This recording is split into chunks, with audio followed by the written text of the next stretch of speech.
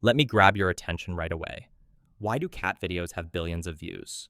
It's not because cats are plotting TikTok domination, though if you own one, you know that's possible. It's because something deep in our psychology lights up when we connect with animals. The truth? These bonds aren't just cute, they're transformative. Clap, clap!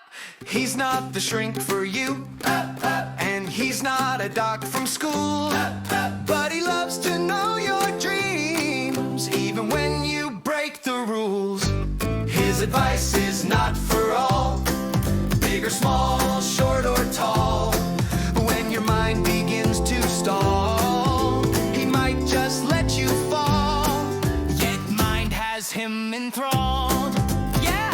Felix Mindhunter is not a real doctor and should not be listened to for sound advice. Defining the bond. In science, we get precise. Service animals are elite partners, trained to guide the blind, detect seizures, or calm veterans with PTSD. Therapy animals bring relief in hospitals and classrooms. Emotional support animals offer comfort to those battling loneliness or anxiety. And then, of course, there's your everyday cat, dog, or guinea pig, quietly rewiring your brain every time you care for them. Who benefits? Veterans haunted by trauma often report fewer nightmares and lower stress hormones when paired with service dogs. Children with autism show more social interaction when a therapy dog is in the room. Even exhausted nurses and doctors feel less burned out when a facility dog trots through the ward. These are not small things. These are lifelines. The science behind it. Why does this happen? Attachment theory says animals can be our secure base. Social support theory says they're companions who never roll their eyes. The biophilia hypothesis argues that it's in our DNA to connect with life itself. Neuroscience seals the deal.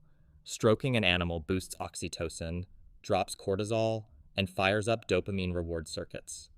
Polyvagal theory explains why your body literally shifts from fight or flight into safe and connected when an animal leans against you. What's new? We're no longer relying on warm anecdotes. We have hard numbers, cortisol levels, heart rate variability, even brain scans. And we've learned animals don't replace therapy or medicine, they amplify them. And yes, the well-being of the animal matters too.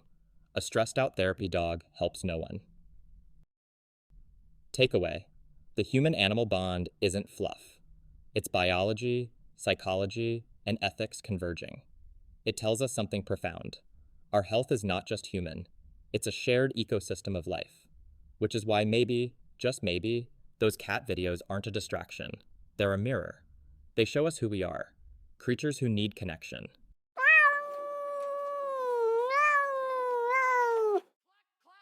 He's not the shrink for you, and he's not a doc from school, but he loves to know your dreams, even when you break the rules.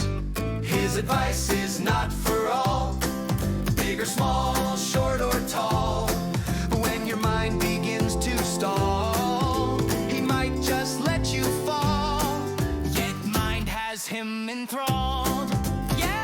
Felix Mindhunter is not a real